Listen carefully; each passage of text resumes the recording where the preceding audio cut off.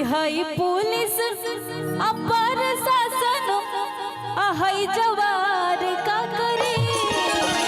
हम यहाँ पे हमारे राजा रंगदार जवार का करी।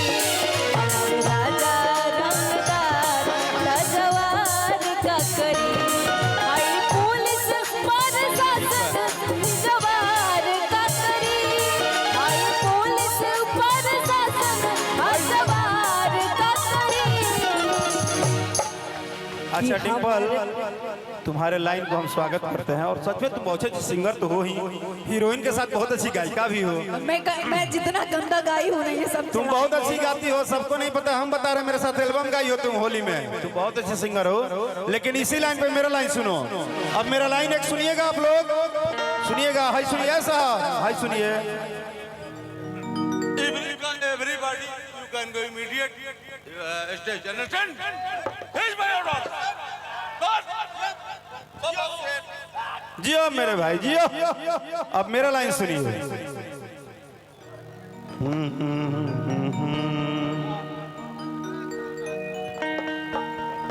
कि जब आइल बाड़ू सिवान में, कि जब आइल बाड़ू सिवान में तो सरकार का करी। कि जब आइल बाड़ू सिवान में सरकार का करी। कि डिम्पल मुखिया जी घर बाड़ू थानेदार का करी। डिम्पल मुखिया जी घर बाड़ू थानेदार का करी। डिम्पल मुखिया जी घर बाड़ू थानेदार का करी।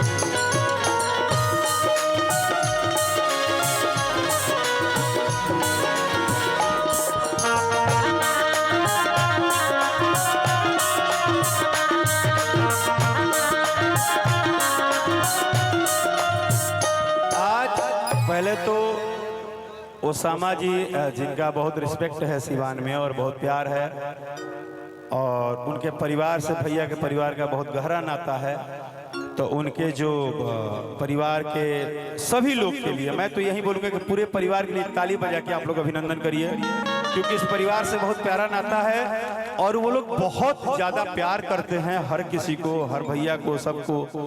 तो मेरा थोड़ा वो रहा कि मैं नहीं मिल पाया।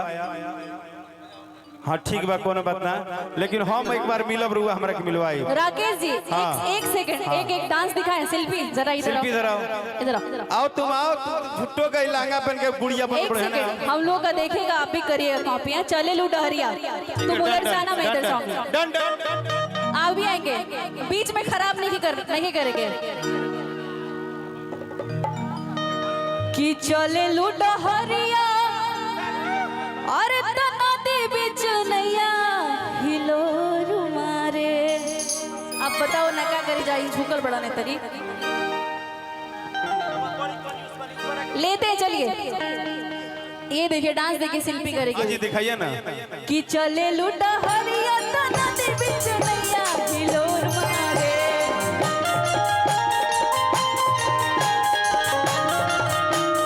चले लुटा हरिया नदी बीच नैया हिलो रुमारे, हिलो रुमारे, हिलो रुमारे करी हैया।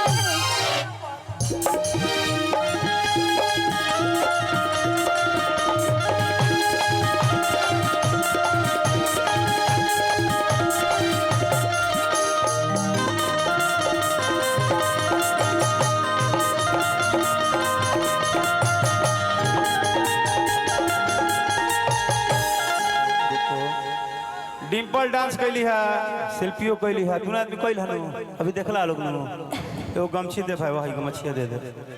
तू दोनों जने कैलू हनु? हमने कहीं नहीं जना, तू बिगड़ला समझला।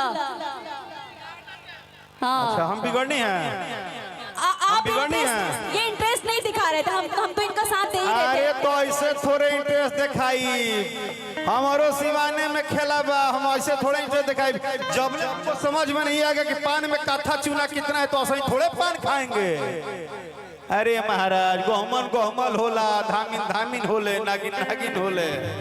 अब आइए दिखाते हैं इंटरेस्ट। आपका ये गाना सेम गाना अब बलमुआ के गाँव में